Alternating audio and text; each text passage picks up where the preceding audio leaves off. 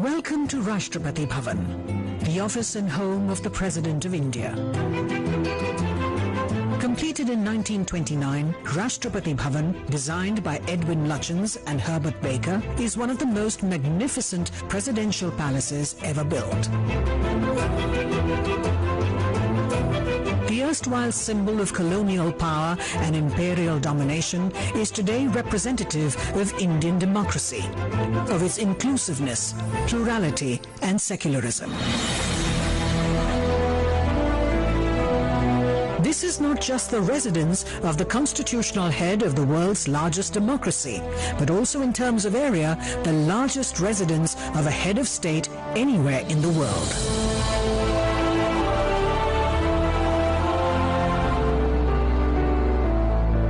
The office of the President is called the Study. This is the formal meeting place for the President where he receives his guests and visitors. Murals by eminent artist Sukumar Bose inspired the look and color scheme of the Study.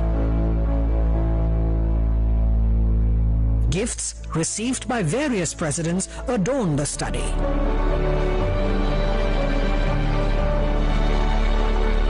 The Study opens into the morning room.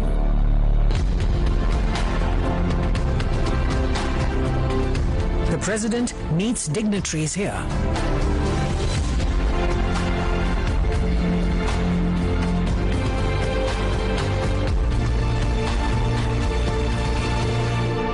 Each room in the Rashtrapati Bhavan stands witness to history. To restore these to their former glory, the restoration team had to rearrange available resources in view of the heritage nature of the rooms. Work was undertaken in each room to revive its distinct character, just like the way they were originally meant to be. Fascinating works of art by reputed Indian and European artists were restored to add character to the walls.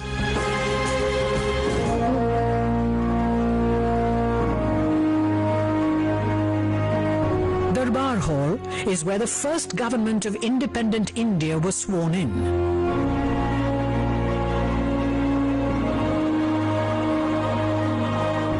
Lutyens designed new viceregal thrones for the Darbar Hall to replace those from Government House in Calcutta.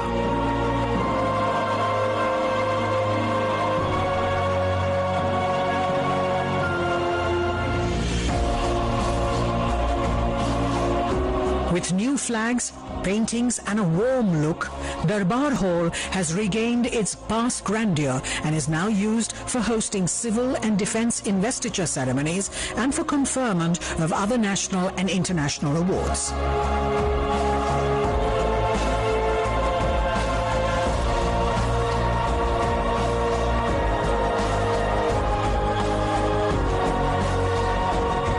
Next to Darbar Hall is the library. It is also described as the daughter of Darbar Hall.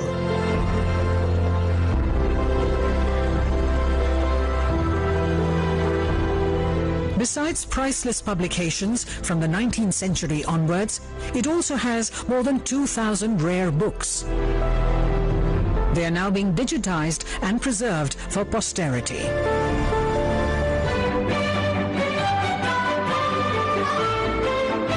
Ashoka Hall was originally built as a state ballroom.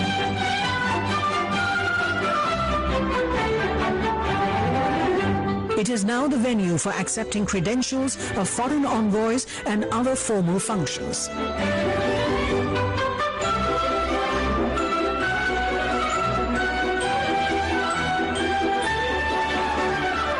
Embellishments on the ceilings, carpets and chandeliers reveal the stately splendor of the room.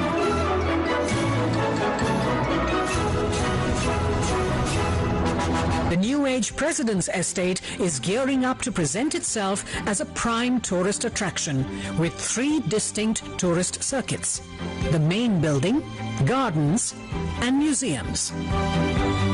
Almost 60% of the president's estate, that is more than 190 acres, is green, comprising dense foliage and rare flora and fauna.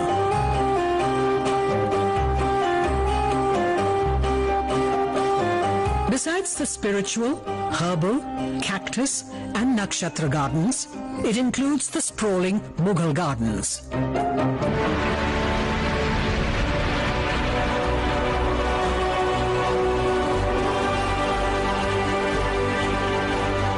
Rashtrapati Bhavan, declared a Grade 1 heritage structure in 2009, is an iconic living heritage.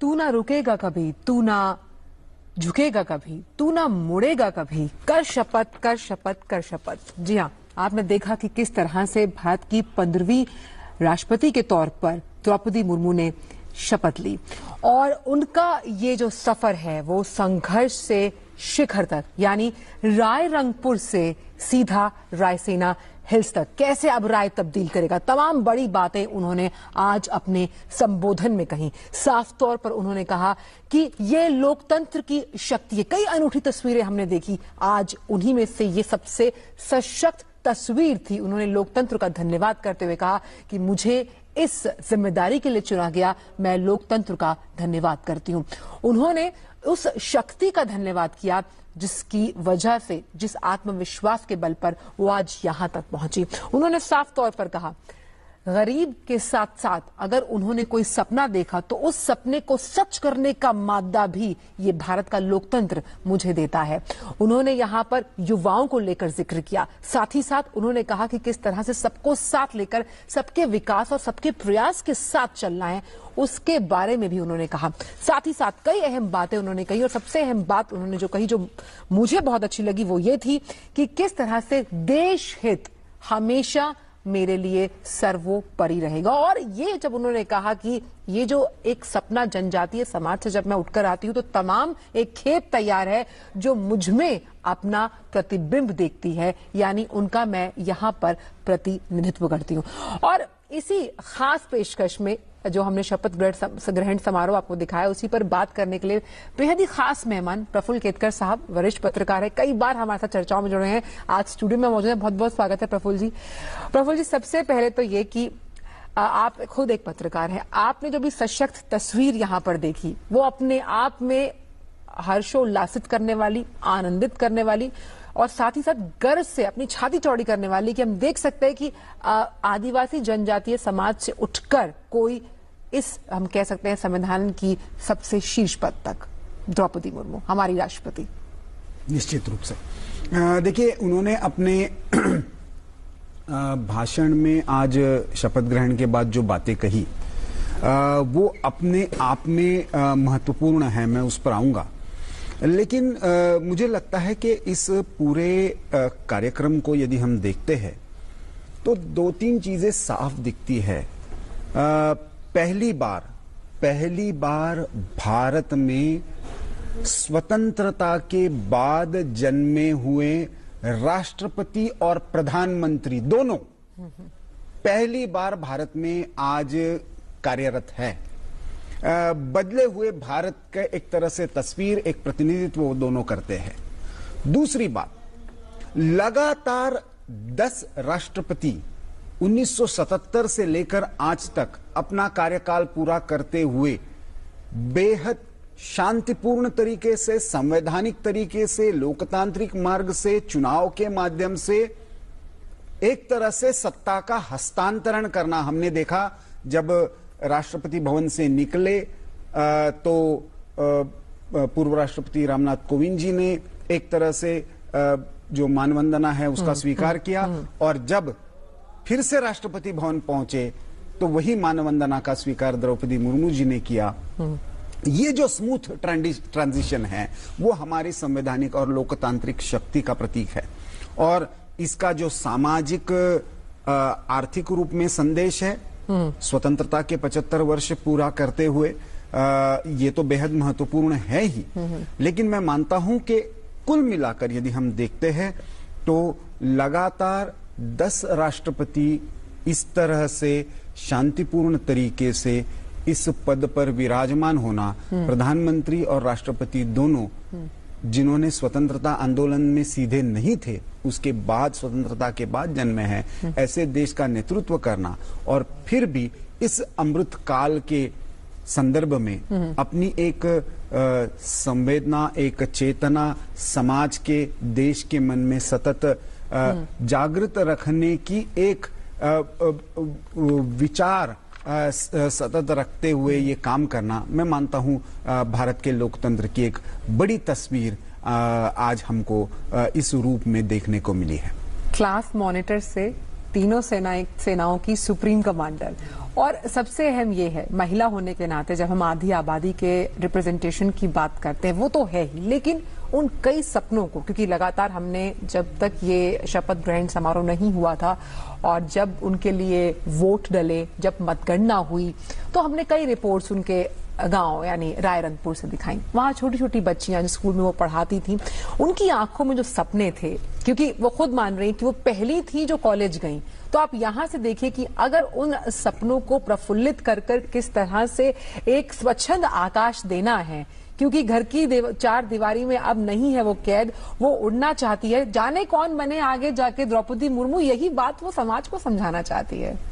जी देखिए, हमने यदि जिस दिन ये सारा चुनाव का counting हुआ, जब वोट तो पहले ही पड़ गए थे, लेकिन 20 तारीख को जिस तरह से काउंटिंग हुआ और 3 बजे के बाद जब उनकी लीड एक तरह से कंफर्म हो गई और सेकंड राउंड के खत्म होते होते जब ये तय हो गया कि 50% से ज्यादा जो आवश्यक इलेक्टोरल कॉलेज के वोट है वो उन्होंने प्राप्त कर ली है, तो भारत के आसपास के देशों में भी जनजाति क्षेत्र में जिस तरह का उत्सव का माहौल था, वो एक तरह से एक संदेश था। वो संदेश किस लिए था हमको ठीक से समझना चाहिए। देखिए, भारत में यदि हम देखते हैं इतिहास के रूप में, तो हमको ये समझना चाहिए कि भारत में जनजाति, गांव में रहने वाले और नगरों में रहने वाले, इनका एक आपस में परस्पर पूरक जीवन का एक संबंध था।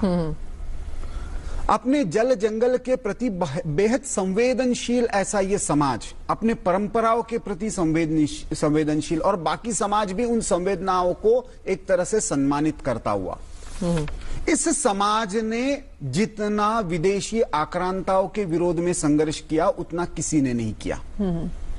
हम क्योंकि स्वयं राष्ट्रपति जी संथाल समुदाय से आती है, संथालों की एक तरह से जो क्रांति थी उसने एक तरीके से भव्य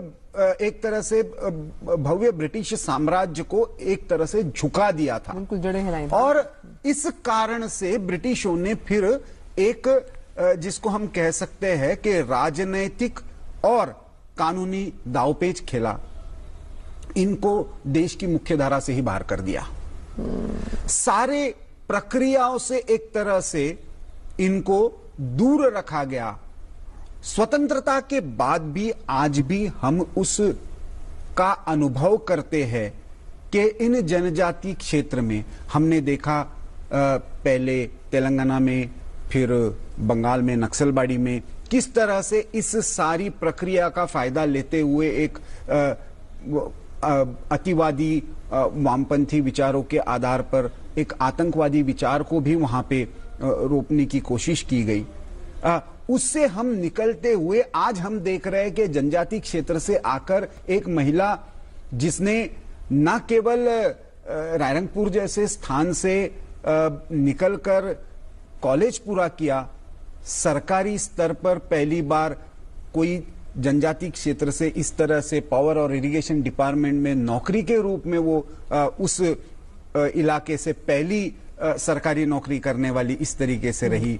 उसके बाद शिक्षिका के रूप में जो अरबिंदो स्कूल का उन्होंने अपने भाषण में जिक्र भी किया, और ये भी सौभाग्य की बात है कि श्री अरबिंदो की भी 150वीं जन्म जयंती का ये वर्ष है, और उन्होंने कहा कि श्री अरबिंदो के शिक्षा विषयक विचार जो है उनको हमेशा प्रेरित करते हैं।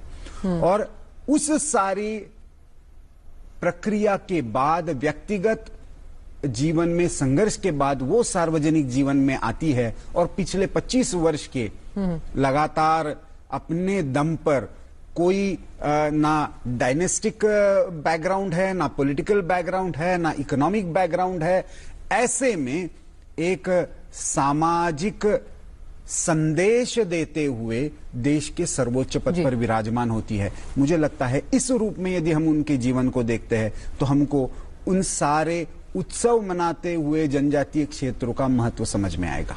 एक और उत्सव का जो कथन है वो इसलिए भी है क्योंकि जिस तरह से बापू ने कहा था कि वो दिन जरूर आएगा भविष्य में जब मैं खुद एक देखना चाहूंगा कि एक आदिवासी महिला जो है या आदिवासी समाज से कोई इतने बड़े पद पर विराजमान हो। और आज अपने इस कार्यकाल की शुरुआत द्रौपदी मुर्मू जी जो कि राष्ट्रपति हैं, उन्होंने शपथ लेने से पहले जब बापू को श्रद्धांजलि देकर की। ये लोकतंत्र कितना सशक्त, कितना आत्मसात, इसकी पाचन शक्ति कितनी ज्यादा मजबूत है, ये इन्हीं तस्वीरों से और इन्हीं हम कह सकते हैं जिस तरह से जो मिथक तोड़े गए हैं कि भाई हम ये शायद स्वप्न में सोच सकते थे कि कोई इस जनजातीय समाज से उठकर इस सर्वोच्च पद तक आएगा। तो ये कहीं ना कहीं हम अपने लोकतंत्र को भी मैच्योर होते हुए देख रहे हैं आने वाले और सालों में। निश्चित रूप से देखिए, जो मूलतः अंत्योदय की संकल्पना थी, बहुत लोग है ना, चर्चा में भी आया जब राष्ट्रपति चुनाव की प्रक्रिया चल रही थी तब भी ये चर्चा में आया।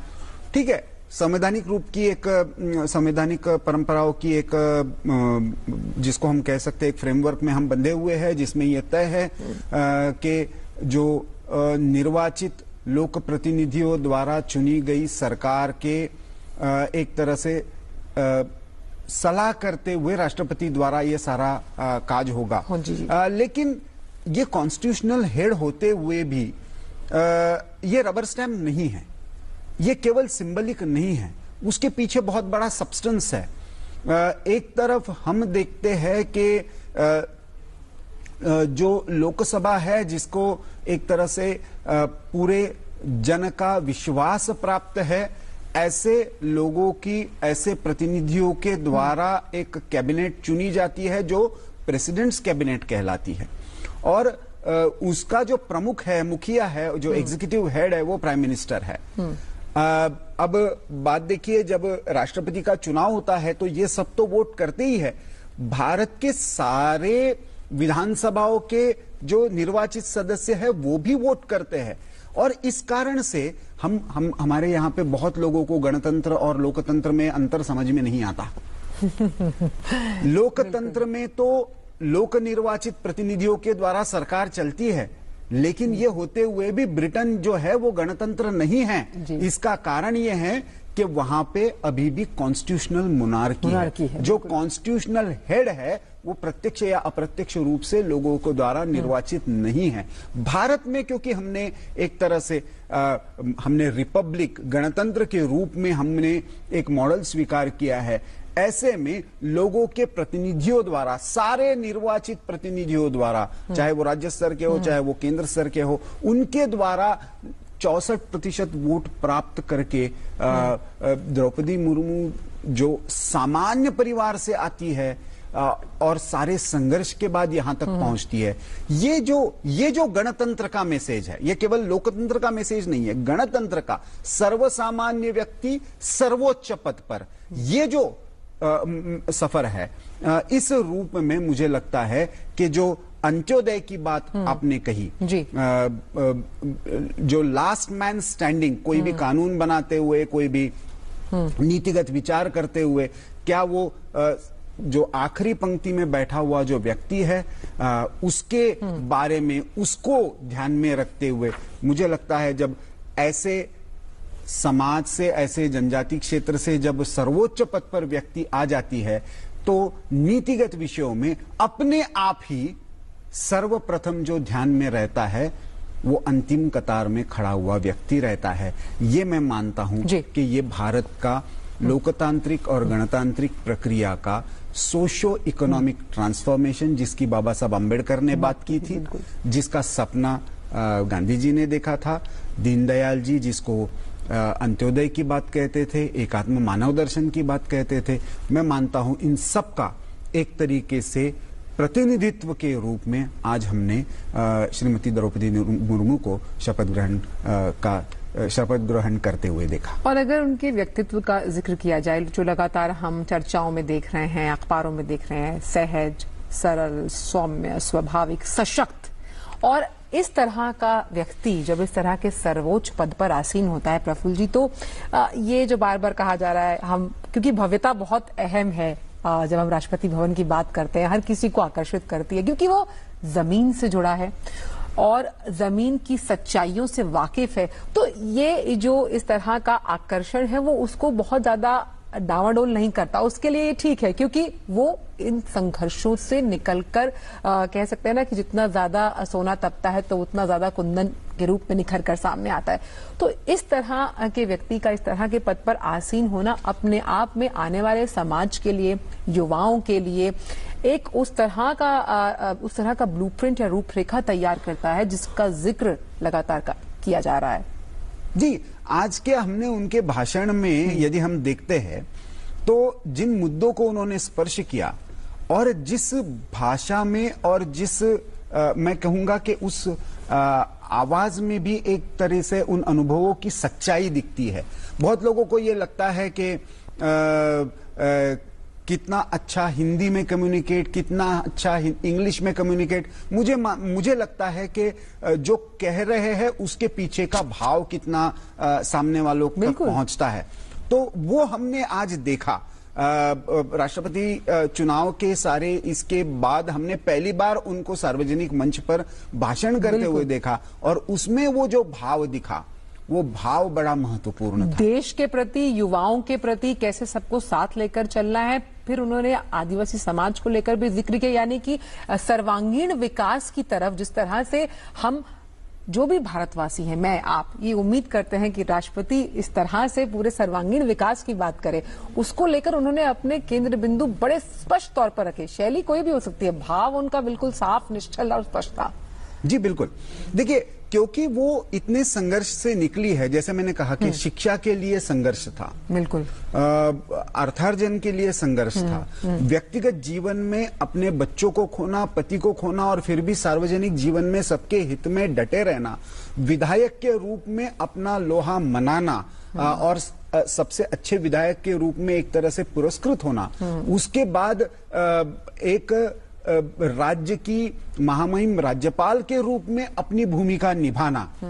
तो एक तरफ वो जमीन पर उनके पैर डटे रहे उस सच्चाई के साथ कि मैं कहां से आई हूं, और दूसरी तरफ उन्होंने ये सारा एक तरह से लोकल लेवल पर काउंसिलर से लेकर राज्यपाल पद तक ये जो सारा सफर पूरा किया, उसके कारण उनको ये सारे चाहे संवैधानिक प्रोटोकॉल हो, चाहे उसके कारण आने वाले कुछ बंधन भी हो, इन सब के बारे में उनको बिल्कुल ठीक से जानकारी है। और इस कारण से राष्ट्रपति भवन का चाहे वो प्रोटोकॉल हो, चाहे वो सारे उसका हम कह सकते हैं कि सुविधाएं भी और एक तरह से उसका तामझाम भी एक तरीके से वो हो, लेकिन वो करते हुए भी उनकी वो सादगी और उनके वो भावों के रूप में शब्दों से द्वारा आने वाली सच्चाई, ये दोनों कहीं पे भी बिल्कुल ही हिलती नहीं है। ये साफ आज दिखाई दिया और मुझे लगता है कि यही देखिए, क्योंकि वो पद के कारण, उस पद की गरिमा के कारण वो सुविधाएं और वो सारे प्रोटोकॉल्स है, लेकिन जब व्यक्ति ये ध्यान में रखता है कि ये पद जो है वो केवल एक माध्यम है संवैधानिक मेरे दायित्व को निर्वहन करने के लिए ये सारी सुविधाएं दी है, तब मुझे लगता है कि व्यक्ति का बैकग्राउंड, जो है, व्यक्ति की जड़ें जो है, वो हमेशा उसको ये याद दिलाती रहती है कि जिस कुर्सी पर, जिस बड़े से, एक तरीके से विश्व के सबसे बड़े, जिसको हम कह सकते हैं कि प्रतिष्ठित भी और एरिया में सबसे बड़े एक तरीके से भवनों में से भारत का राष्ट्रपति भवन है, तो वहां पे रहते हुए भी उन जड़ों के साथ अपने आप को जोड़ के रखना, मुझे लगता है कि द्रौपदी मुर्मू जैसी राष्ट्रपति पद पर पहुंचना, ये इन दोनों का एक तरीके से भारत के अंतिम छोर का, भारत के सर्वोच्च संवैधानिक पद से मिलने की प्रक्रिया। यानी ये जो हम कहते हैं कि आसमान और धरती कभी एक नहीं हो सकते, बड़ा क्लीशेड सा है, लेकिन ये आज ये हमने होते हुए देखा। दूसरी अहम बात प्रफुल्ल जी, उन्होंने ये साफ तौर पर कही है कि भारत किस तरह से बहुत गौरवशाली आत्मनिर्भरता के रास्ते पर चल पड़ा है, और उन्होंने कहा कि कैसे G20 की अध्यक्षता हम करने वाले हैं, उसका जिक्र उन्होंने किया। किस तरह से कोरोना काल में हमने काम किया, वो इस बात से भी भली भांति परिचित थी। तो कहीं ना कहीं किस तरह से भारत की जो विकास यात्रा है, जो अब पथ पर दौड़ रही है, हम न्यू इंडिया की बात करते हैं, हम स्किल इंडिया की बात करते हैं, डिजिटल इंडिया की बात करते हैं, उस लिहाज से भी उन्होंने कहा कि ये भारत का जो हम अमृत काल बना रहे हैं, और अमृत काल में इस कालखंड में उनको ये जिम्मेदारी मिली, उसको लेकर वो कहीं ना कहीं बहुत ज्यादा अपने आप को गौरवशाली मानते हैं। देखिए, सिंबलिकली या कोइंसिडेंस के रूप में कहे तो बहुत सारी चीजें हैं। जैसे आपको रोकना चाहूंगी, एक बार सीधे लिए चलते हैं आपको सीधे राष्ट्रपति भवन और देखते हैं कि किस तरह से वहां पर अभी गार्ड ऑफ ऑनर की तैयारी होने वाली है। आप देख सकते हैं सीधी तस्वीरें इस वक्त राष्ट्रपति भवन से, भवन के दृश्य, और देश की 15वीं राष्ट्रपति श्रीमती द्रौपदी मुर्मू राष्ट्रपति भवन के प्रांगण में, जहां उनके स्वागत के लिए गणमान्य व्यक्ति पधारेंगे।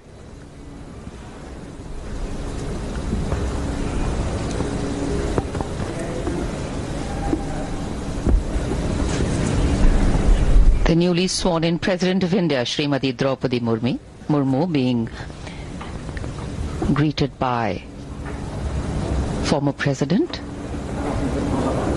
Shri Ramnath Kovind, and now, in a short while from now, they will proceed to the forecourt of Rashtrapati Bhavan, where Srimati Murmu will inspect the guard of honor.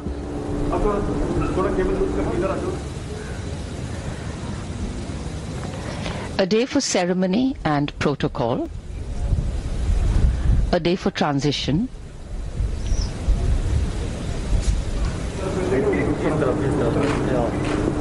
and a day of pride, hope, joy. A photo session, photo shoot with the new incumbent of the highest office in the country and the former incumbent. ऐतिहासिक तस्वीरें, नए राष्ट्रपति और पूर्व राष्ट्रपति राष्ट्रपति भवन के committee room Kaveri में।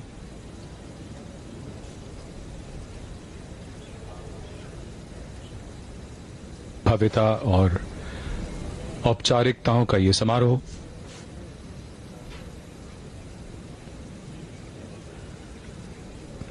देश की प्रथम आदिवासी महिला ने देश के 15वें राष्ट्रपति के तौर पर पदभार संभाल लिया है, और इस महत्वपूर्ण घटना के महत्व और प्रभाव को वर्तमान और भविष्य में जाना और समझा जाएगा।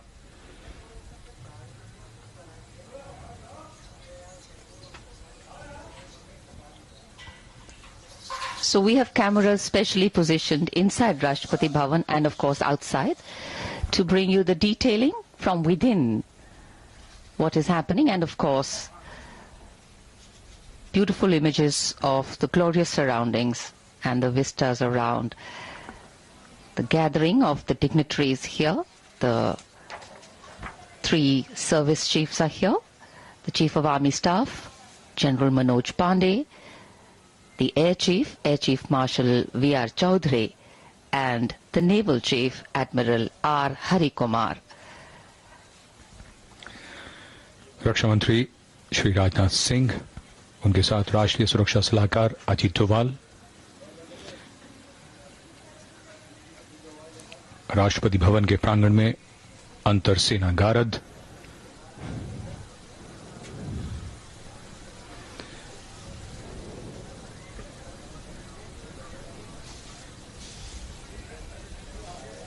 Awaiting the arrival of Prime Minister Narendra Modi, who shall be here shortly to congratulate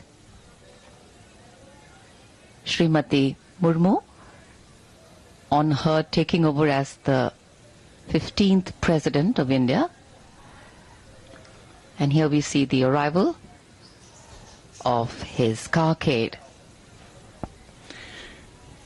गण्यमान्य व्यक्तियों का आगमन कुछ ही देर में राष्ट्रपति भवन में होगा। ये संसद भवन का दृश्य, जहां से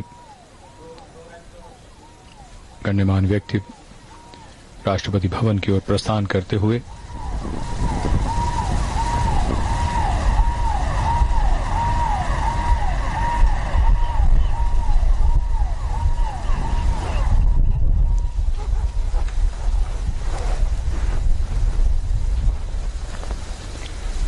The circular Parliament Hall, we just saw images of that, the historic Vijay Chowk, here we are, the Raisina Hill, all having borne silent testimony to our history of how power has transitioned, about how mantles have been taken over and given away,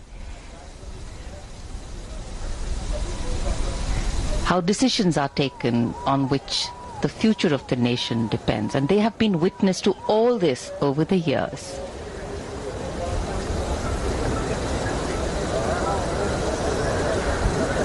सभी गण्यमान्य व्यक्ति राष्ट्रपति भवन पहुंचकर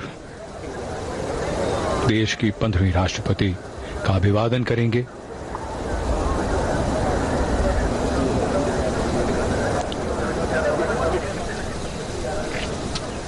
अंतर्गात्र सेना तैनात है।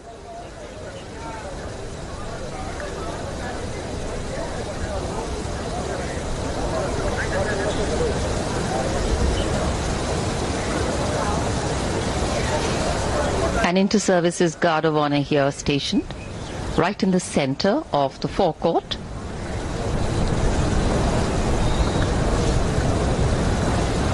The gently tinkling fountains on either side of your screen,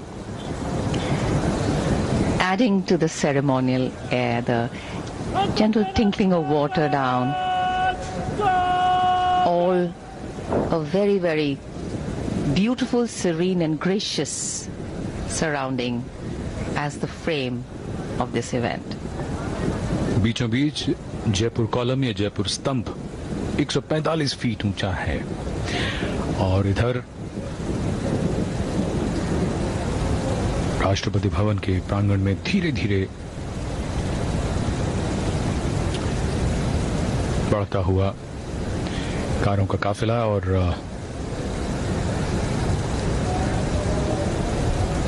माननीय प्रधानमंत्री श्री नरेंद्र मोदी का आगमन।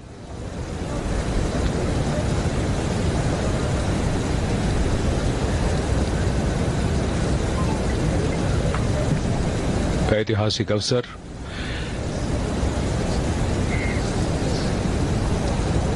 देश की प्रथम आदिवासी महिला ने आज देश के 15वें राष्ट्रपति के तौर पर शपथ ली है, पदभार संभाला है और माननीय प्रधानमंत्री श्री नरेंद्र मोदी का राष्ट्रपति भवन के प्रांगण में आगमन।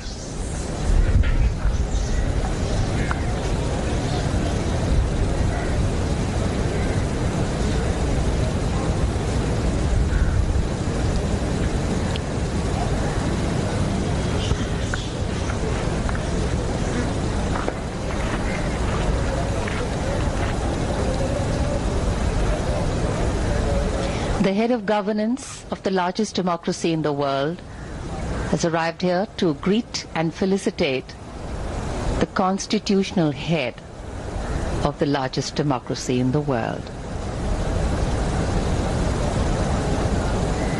Prime Minister Narendra Modi has arrived here.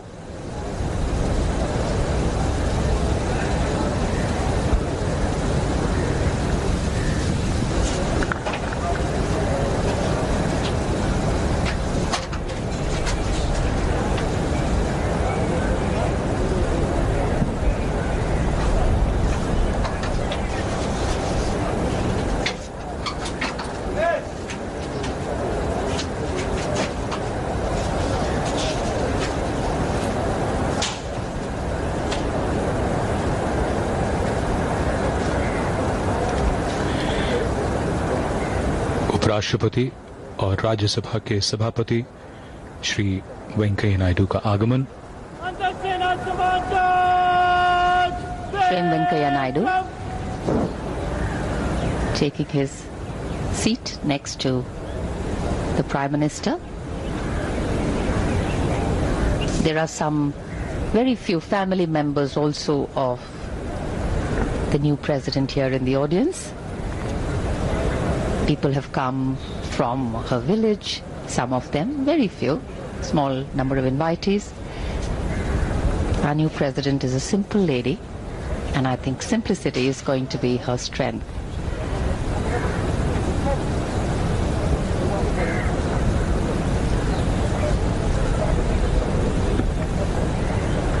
We have in the audience BJP MLAs from Mayurbhanj district. We also have union ministers, members of parliament, to make President Draupadi Murmu's day all the more special.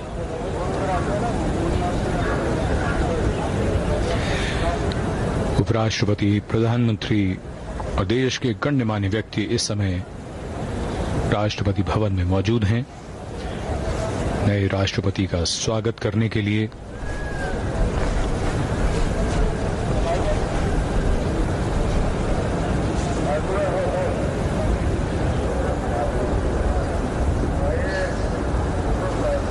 And that's the strength of our democracy. When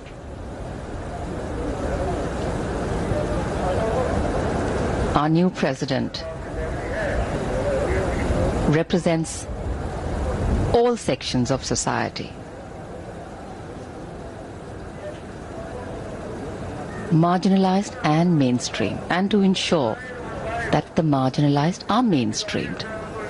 That's the true success of democracy. A democracy that continues to revitalize itself, to grow, and to take in its ambit inclusion as its strongest value. Though there are myriad ways of exhibiting inclusion, today's ceremony, Srimati Murmu's election as the President of India, is a prime example.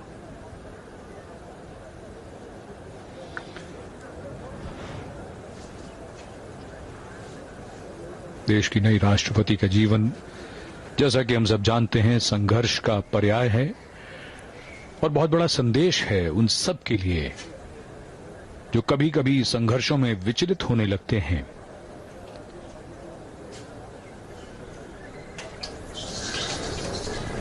संदेश यही है जो उन्होंने अपने जीवन से दिया है कि संघर्ष लगातार करना है और उसके बावजूद कल कौन सी जिम्मेदारी मिलेगी इसकी चिंता किए बगैर अपना काम, अपना कर्तव्य, उसका निर्वहन करना है। देश के सर्वोच्च संवैधानिक पद पर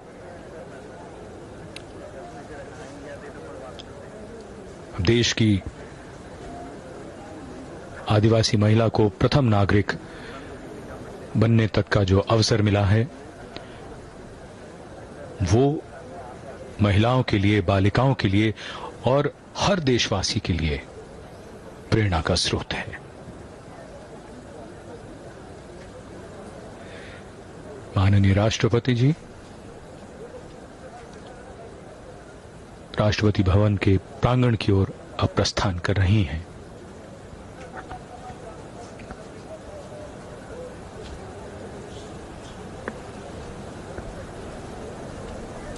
A special day also today for the state of Jharkhand.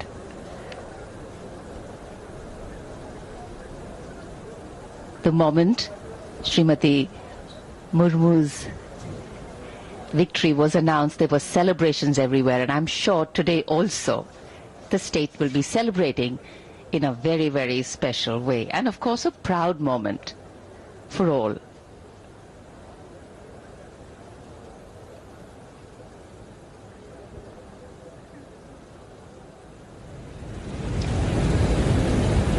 This is the North Court of Rashtrapati Bhavan. Again, you can see the combination of pink and cream sandstone and beautifully sculpted stone. And the President's limousine, President's cars make their way towards the forecourt,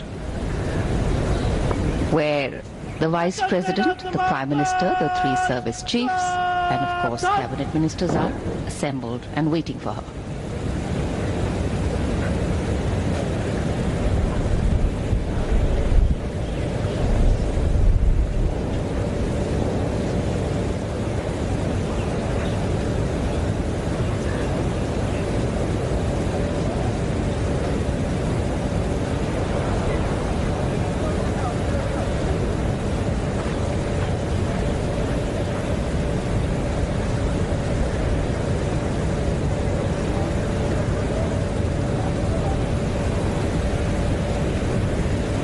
इतिहास में दर्ज होते हुए ये क्षण, ये पल देश की 15वीं राष्ट्रपति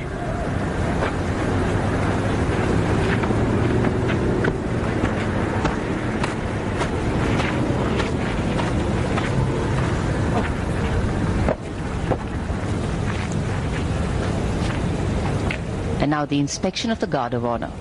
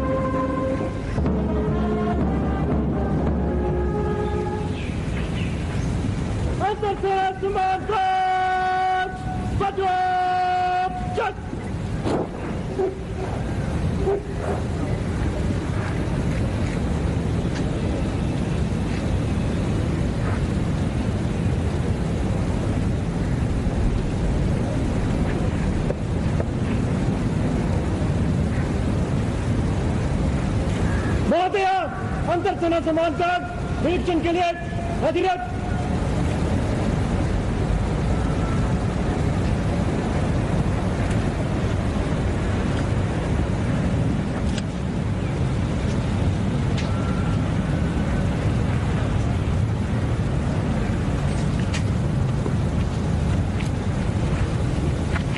और अब अंतर सेना कारत का निरीक्षण माननीय राष्ट्रपति जी द्वारा।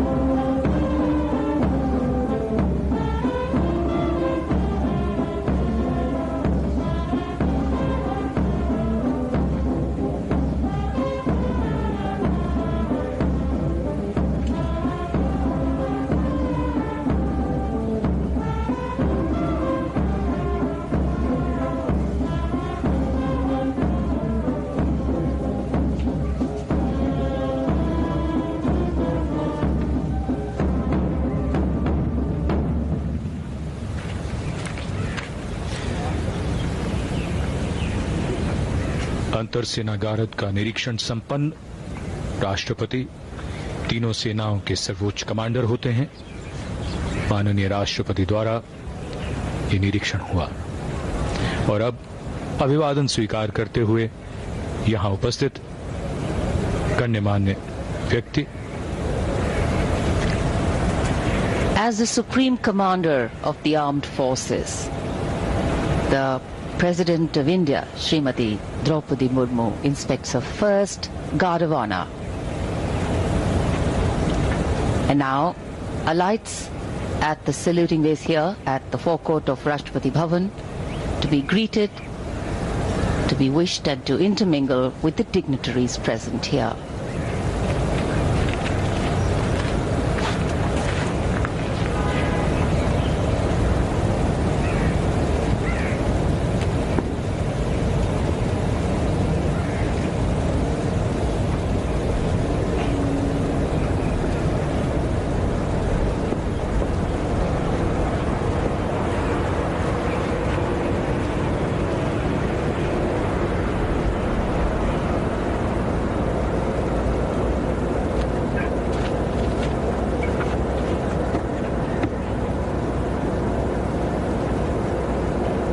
Taking her leave, the President, after being wished by all here,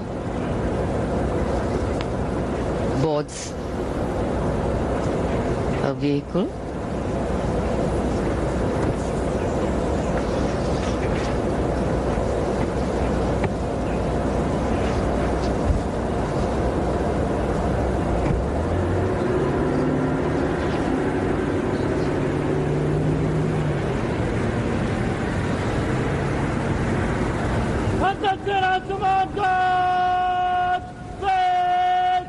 Bharat को बदलते हुए देख रही है दुनिया। यहां से भारत की गौरव गाथा में एक और अध्याय जुड़ता है।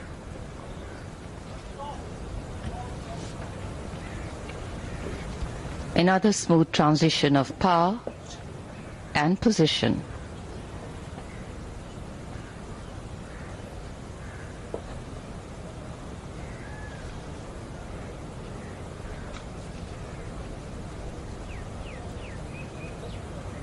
And as the mantle of the constitutional head as President of the country is donned by Srimati Draupadi Murmu,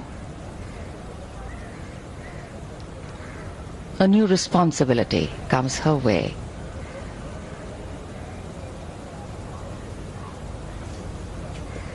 With her previous background, with her wisdom,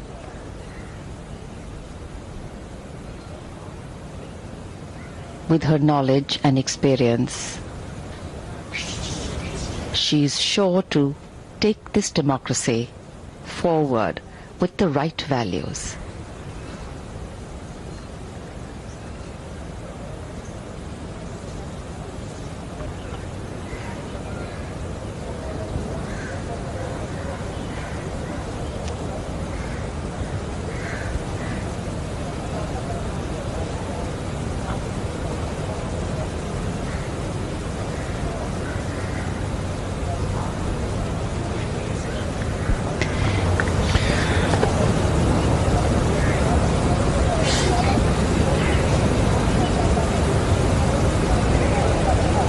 Bharat की गौरव गाथा और उपलब्धियों में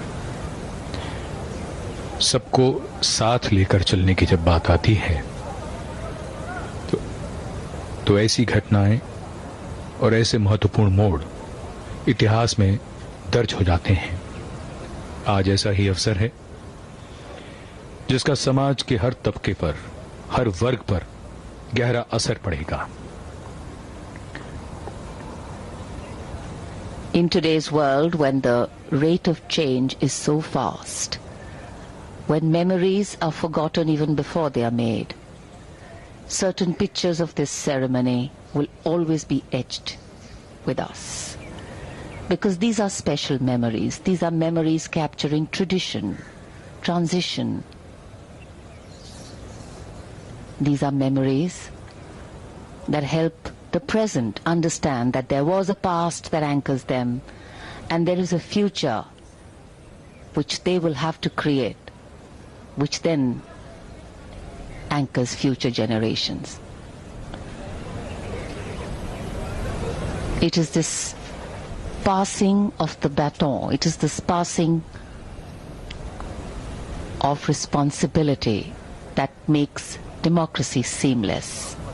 Because people come and go, but the country forever is on the move, is always there, is constant. And as the largest reservoir of human resource in the world today, with the youngest population, India has a huge role to play. पूर्व राष्ट्रपति श्री रामनाथ कोविंद की पत्नी श्रीमती सविता कोविंद राष्ट्रपति भवन से प्रस्थान कर रही हैं। पूर्व राष्ट्रपति श्री रामनाथ कोविंद का अब नया निवास 12 जनपथ होगा। I'm sure it's a sentimental and a nostalgic moment for the family of the former president. 5 eventful years, 5 years of eventful memories have been made here. And the show must go on.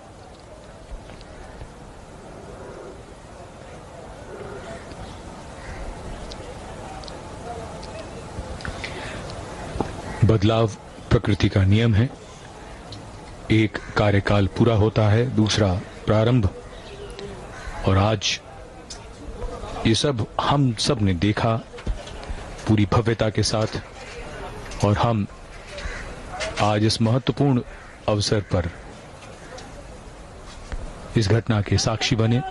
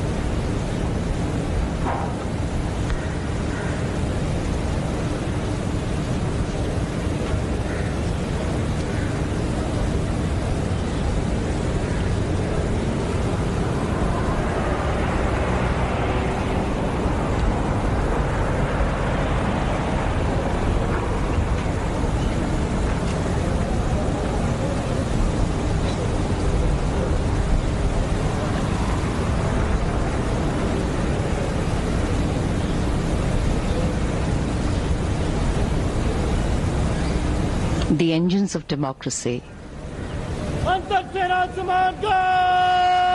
carry on.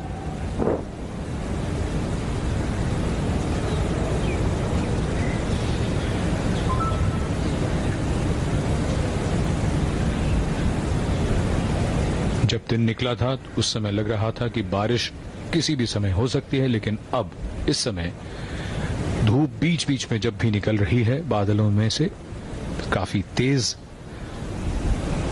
उमस से भरा दिन।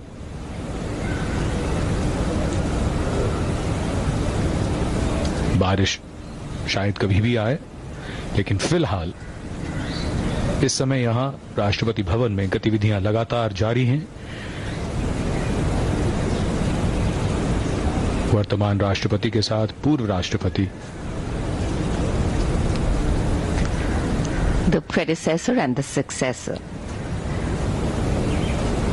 our former president and the current president, both together, and will now go to the dignitaries there at the forecourt, the central part of the forecourt.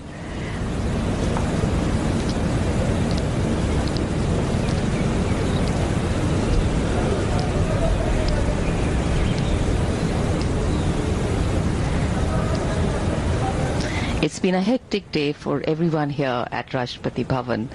A lot of preparations, making sure everything is in order as per protocol to be followed. Lots of activity happening.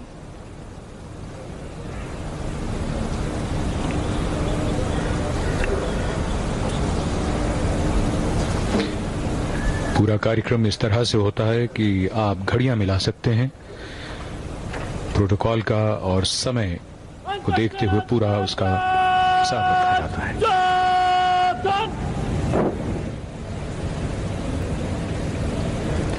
The guard commanded to stand at attention.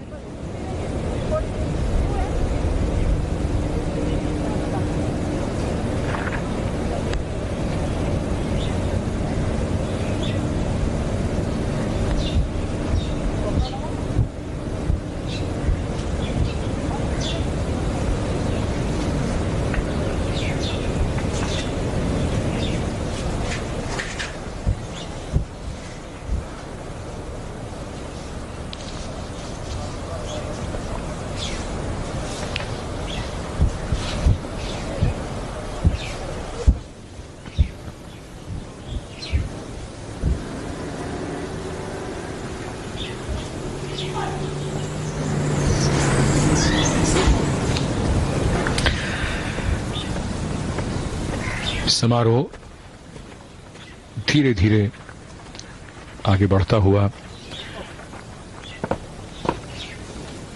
नए राष्ट्रपति का स्वागत और पूर्व राष्ट्रपति को विदाई।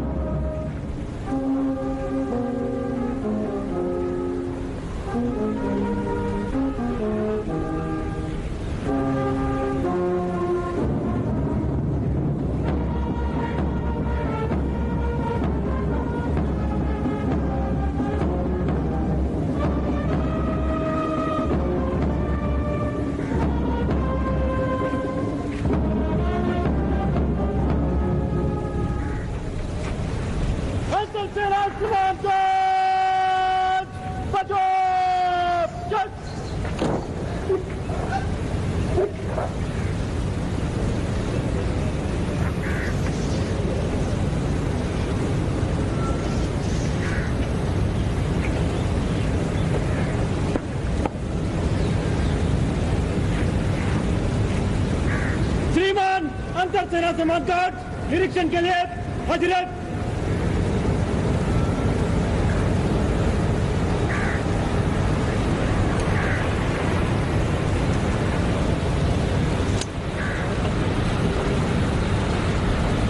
The Guard Commander requesting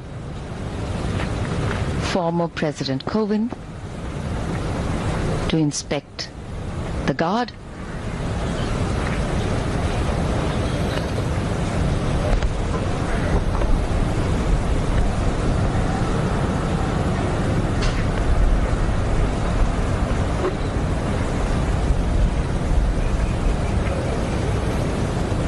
Mixed emotions, I'm sure, going through former President Kovind as he remembers his time 5 years ago when he came in here, a tenure well lived, a tenure well served. A grateful nation thanks him. And now the band will strike up a slow march for the inspection.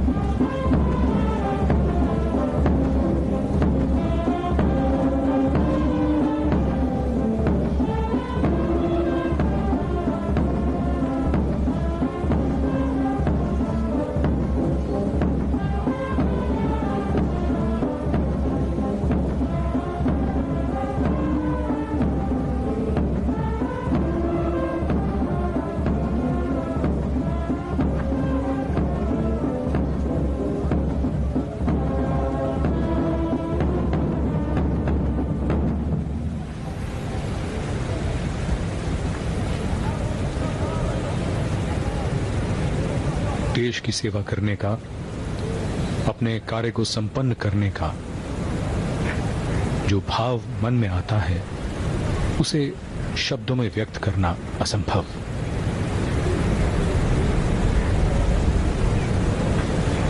धन्यवाद भी, आभार भी।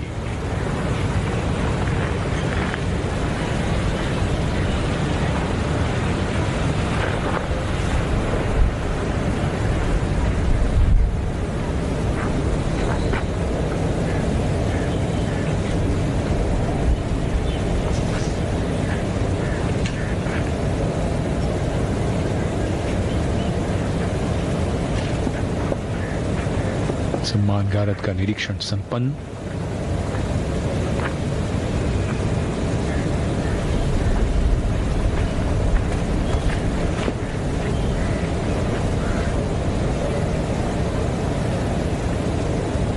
Gratitude and greetings going side by side.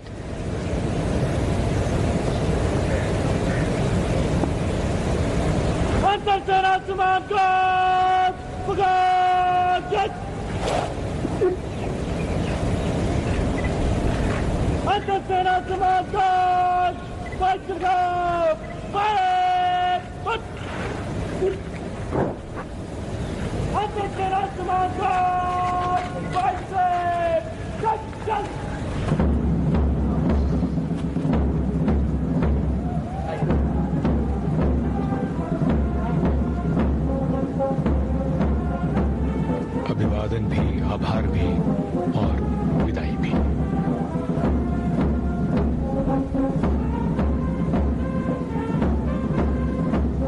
As the band picks up a quick march and the guard marches off, smiling faces greet the former president as he interacts with the people he had a close association with, built a close rapport with during his tenure.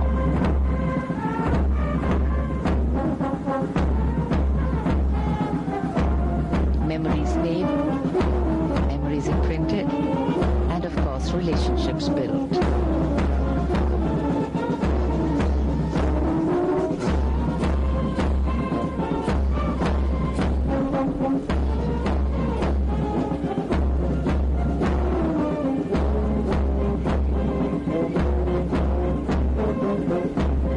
मन के भाव चेहरों पर।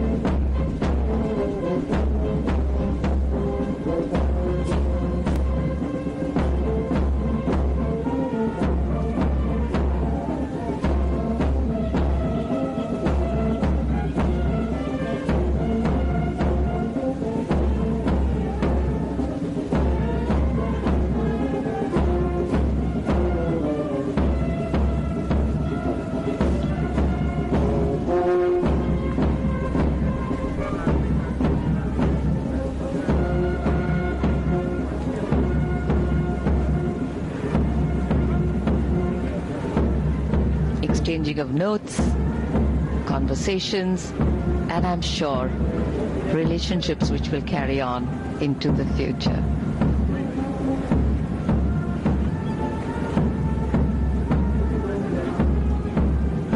Nostalgic moment for the former president as he's accompanied by the president, Srimati Murmu.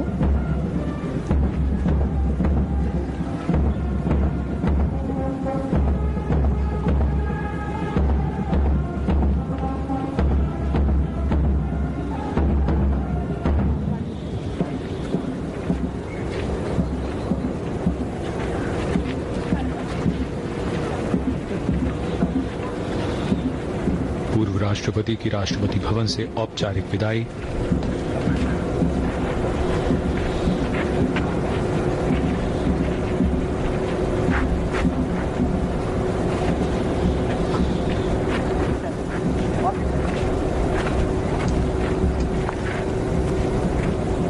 Formal farewell to Shri Kovind.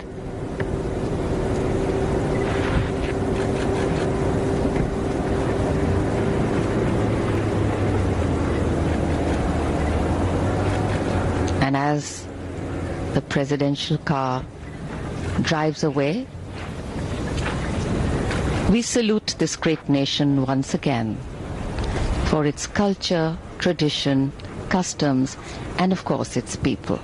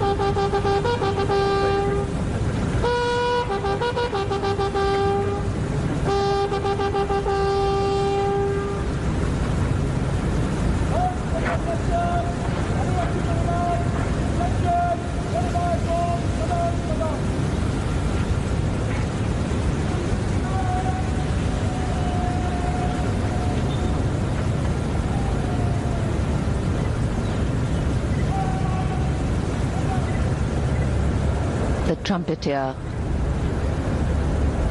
signaling a respectful farewell, the President's bodyguard now escorting the vehicle from the forecourt of Rashtrapati Bhavan.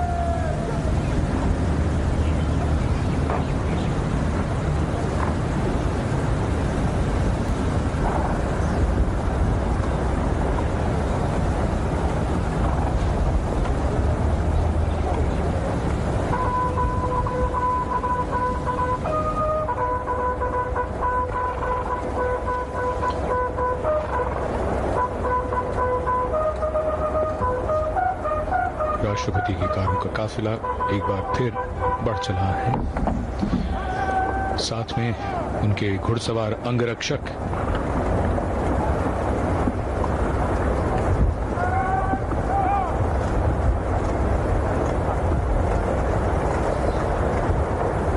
Rashtrapati Bhavan आज नए राष्ट्रपति का स्वागत कर रहा है, तो पूर्व राष्ट्रपति को विदाई भी दे रहा है।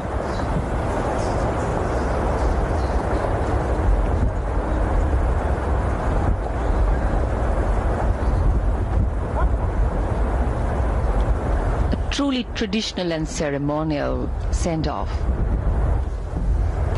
lining the sides of the entrance, the President's bodyguard paying full respect to their former chief, the Supreme Commander.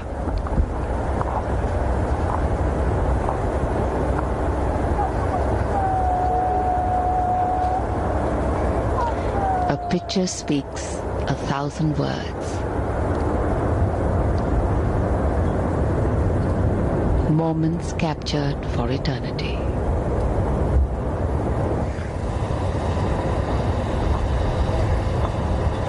The presidential vehicle escorted with full honor from the official abode of the President of India,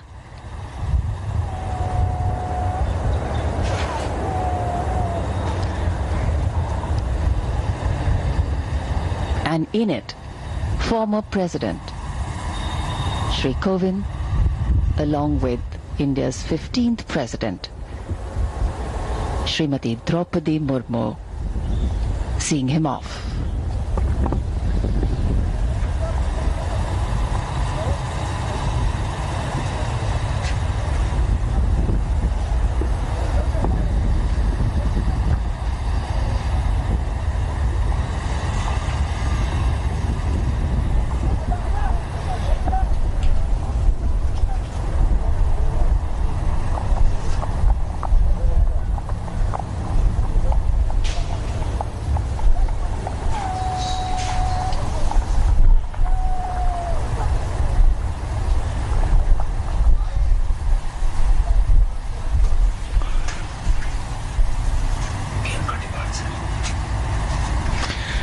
और अब राष्ट्रपति भवन के प्रांगण से माननीय प्रधानमंत्री श्री नरेंद्र मोदी का प्रस्थान।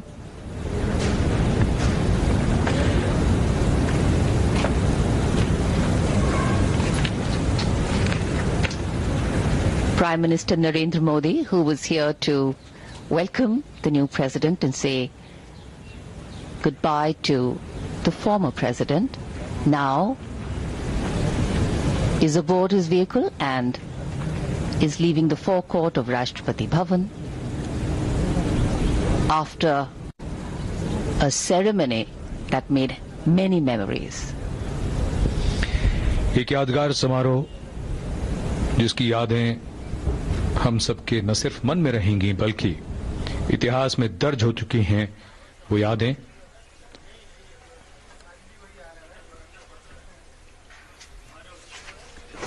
ऐतिहासिक और भव्य राष्ट्रपति भवन जो आज के इस समारोह का साक्षी है।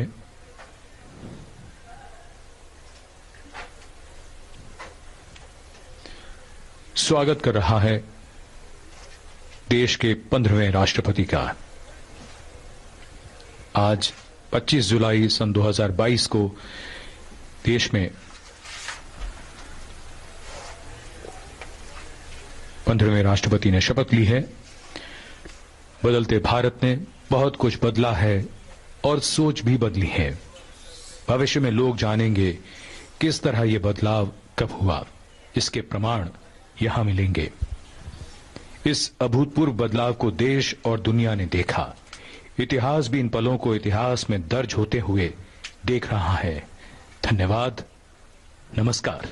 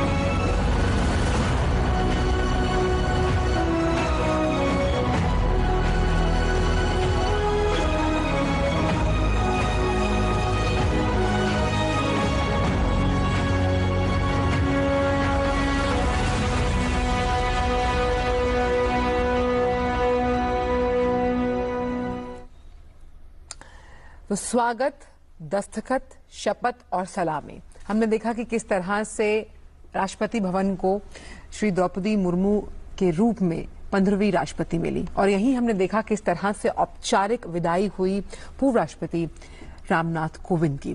जो ये हमारा फोर्ट है, यानी कि जब हम राष्ट्रपति भवन के प्रांगण का जिक्र करते हैं, कई ऐसी सलामियों का वो साक्षी रहा है, लेकिन ऐतिहासिक रही आज की 21 तोपों की ये सलामी, जब हमने देखा कि किस तरह से जमीन से जुड़ी हुई श्रीमती द्रौपदी मुर्मू ने जो सर्वोच्च सम्मान है देश का, यानी कि राष्ट्रपति पद, उस पर वो आसीन हुई हैं।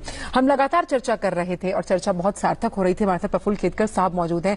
समय हमारे पास कम है। प्रफुल्ल केतकर साहब, जिस तरह से ये दो तस्वीरें जब हमने देखा कि कैसे 21 तोपों की सलामी दी गई, जो कि अब राष्ट्रपति हैं द्रौपदी मुर्मू जी, और कैसे औपचारिक विदाई, जिसका आप जिक्र कर रहे थे, बहुत ही पीसफुल ट्रांजिशन है ये, और यही जो हमारा लोकतंत्र है उसकी सशक्तता का एक प्रतीक। देखिए, ये स्मूथ और शांतिपूर्ण ये बदलाव होना, सर्वोच्च पद पर आसीन व्यक्ति को भी ये सहजता से वो निकलना और दूसरा व्यक्ति उस पद पर आना, यही लोकतंत्र का सही में विचार है। और ऐसे में एक ऐसे बैकग्राउंड से महिला आना जो कहती है कि मैं जनजाति क्षेत्र से हूँ, जंगल और जलाशय क्या होते हैं मुझे पता है। बिल्कुल, आज के संदर्भ में ये मैसेज बहुत बड़ा है। मैं इतने बड़े महल में रहती हूँ, मेरे जड़ों को भूली नहीं हूँ, ये एक तरीके से मैसेज। और जब पूरा विश्व आज एक तरीके से सस्टेनेबिलिटी की बात करता है, पर्यावरण के संरक्षण की बात करता है, ऐसे में प्रकृति के साथ जीना ही जिनका जीवन रहा, जिनकी जीवन शैली रही, ऐसे बैकग्राउंड से आकर एक व्यक्ति जब राष्ट्रपति पद पर, तो मैं मानता हूं कि पूरे विश्व में चाहे इंडिजिनस राइट्स का विषय हो, चाहे एनवायरमेंटल राइट्स का विषय हो, इससे बड़ा लोकतांत्रिक और संवैधानिक मैसेज नहीं हो सकता था। दो तस्वीरें और, क्योंकि ये जाने वाले राष्ट्रपति के लिए बहुत ही अविस्मरणीय एक कह सकते हैं पल, नॉस्टैल्जिक सेंटिमेंट से जुड़ा हुआ। वहीं जो 15वें राष्ट्रपति के पद पर आसीन हो रही हैं द्रौपदी मुर्मू जी, उनके लिए ये आगे कितनी बड़ी यात्रा है 5 साल की, जिसमें उन्हें अपने दायित्वों का निर्वहन करना है निष्पक्ष, निर्बाध और बहुत ही ज्यादा पारदर्शी तरीके से। इसको आप किस तरह से देखते हैं? देखिए, जैसे हमने अभी देखा कि तीनों सेनाओं का एक तरीके से दोनों ने अलग अलग एक परीक्षण किया, क्योंकि राष्ट्रपति ये तीनों सेनाओं के सर्वोच्च प्रमुख भी है, कमांडर इन चीफ है। जो भी सेना को आज्ञा है, नियुक्तियां है, वो राष्ट्रपति के द्वारा होती है। और इसीलिए ये सिंबलिकली बहुत इंपॉर्टेंट है कि मैं पुराने राष्ट्रपति से नए राष्ट्रपति के द्वारा जो हस्तांतरण हो रहा है, उसमें एक तरीके से ये सेना का भी हस्तांतरण है। और इसलिए मैं कौन से सेना को गार्ड कर रही हूं, उसकी क्षमताएं क्या है उसका। और इसीलिए तीनों सेना प्रमुख सबसे पहले जब वो एंटर करते हैं, तो सबसे पहले उन्होंने तीनों सेना प्रमुखों का और ये तीनों सेनाओं के जो एक तरह से प्रतिनिधित्व करते हैं उनका सबसे पहले परीक्षण किया। तो मैं मानता हूं कि कॉन्स्टिट्यूशनल इसका एक मैसेज है, सोशियो इकोनॉमिक मैसेज है, पॉलिटिकल मैसेज है। वैसे ही भारत की एक तरह से रक्षा सिद्धता को लेकर भी एक मैसेज। बिल्कुल। तो नए भारत की बुलंद तस्वीर हमने देखी, खास तौर पर किस तरह से आगे आने वाले समय में ये और सशक्त संदेश देती हुई नजर आएगी। लेकिन आज कई अनूठी तस्वीरों के साथ साथ हमने लोकतंत्र की असल शक्ति को पहचाना है। और इस खास पेशकश में प्रफुल्ल जी, आप हमारे साथ जुड़े, आपने तमाम अपने विचार इस मंच से साझा किए, बहुत बहुत शुक्रिया। और इस खास पेशकश में बस इतना ही, लेकिन कहानियां बहुत हैं। कहानियों के साथ ये जो पल है वो अविस्मरणीय है और इतिहास के स्वर्णिम अक्षरों में आज का ये दिन जरूर लिखा जाएगा। तो इस खास पेशकश में इतना ही, मुझे दीजिए इजाजत, नमस्कार।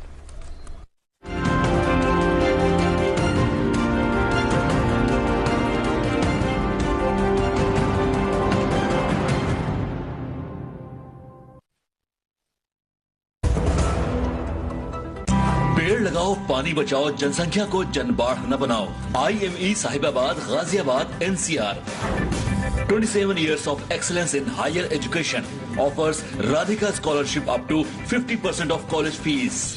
हमने फसल बीमा योजना को अधिक प्रभावी बनाया, उसके दायरे में ज्यादा किसानों को लाए। नहीं है डर, नहीं फिकर, मिली हमें नई डगर। फसल का करवा के बीमा, किसान की चिंता को छीना। आज ही प्रधानमंत्री फसल बीमा योजना से जुड़ें और निश्चिंत हो जाएं। कृषि एवं किसान कल्याण मंत्रालय, भारत सरकार। आप सोच रहे होंगे कि मेरी रसोई में इतने तरह के तेल क्यों हैं? अलग अलग तेल विभिन्न प्रकार के आवश्यक फैटी एसिड्स प्रदान करते हैं, जो हमारी बेहतर सेहत के लिए जरूरी हैं। हमें तेलों का बदल बदल के प्रयोग करना चाहिए, ताकि हम इनसे अधिक स्वास्थ्य लाभ ले सकें। तो आइए देखते हैं कि मैं खाना पकाने के लिए इन तेलों का प्रयोग कैसे करूंगी। मैं तिल के तेल से पोहा बना रही हूँ और ये सच में बहुत स्वादिष्ट है। मैंने सरसों के तेल का प्रयोग दोपहर के खाने में सब्जी बनाने के लिए किया है और दाल के तड़के के लिए घी का प्रयोग किया है। सूरजमुखी तेल, कुसुम तेल, कपास का तेल, राइस ब्रान आदि तेलों का उपयोग भी नियमित रूप से बदल बदल कर किया जा सकता है। तेलों को बदलने का दूसरा तरीका ये भी है कि आप हर महीने खाना पकाने में इस्तेमाल करने वाला तेल बदल दें। स्वस्थ दिल और शरीर के लिए नियमित रूप से तेल बदलते रहिए। Food safety and standards authority of India द्वारा जनहित में जारी।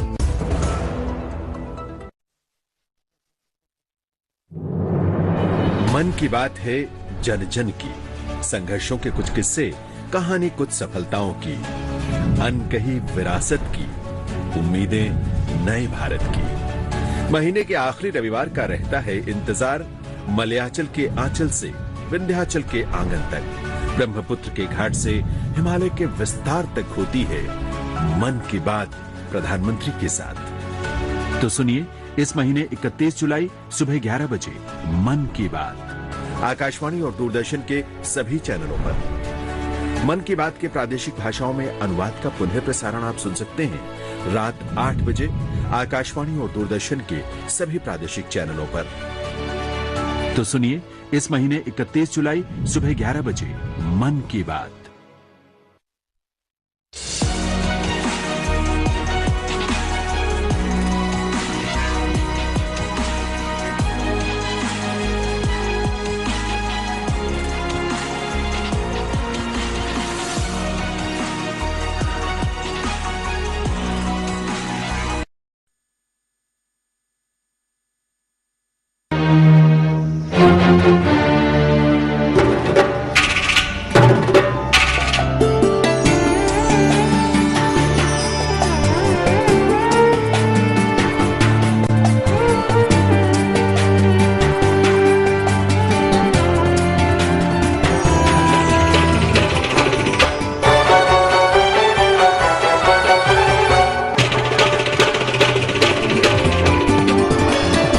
आप देख रहे हैं डीडी कश्मीर, एहसास कश्मीर का।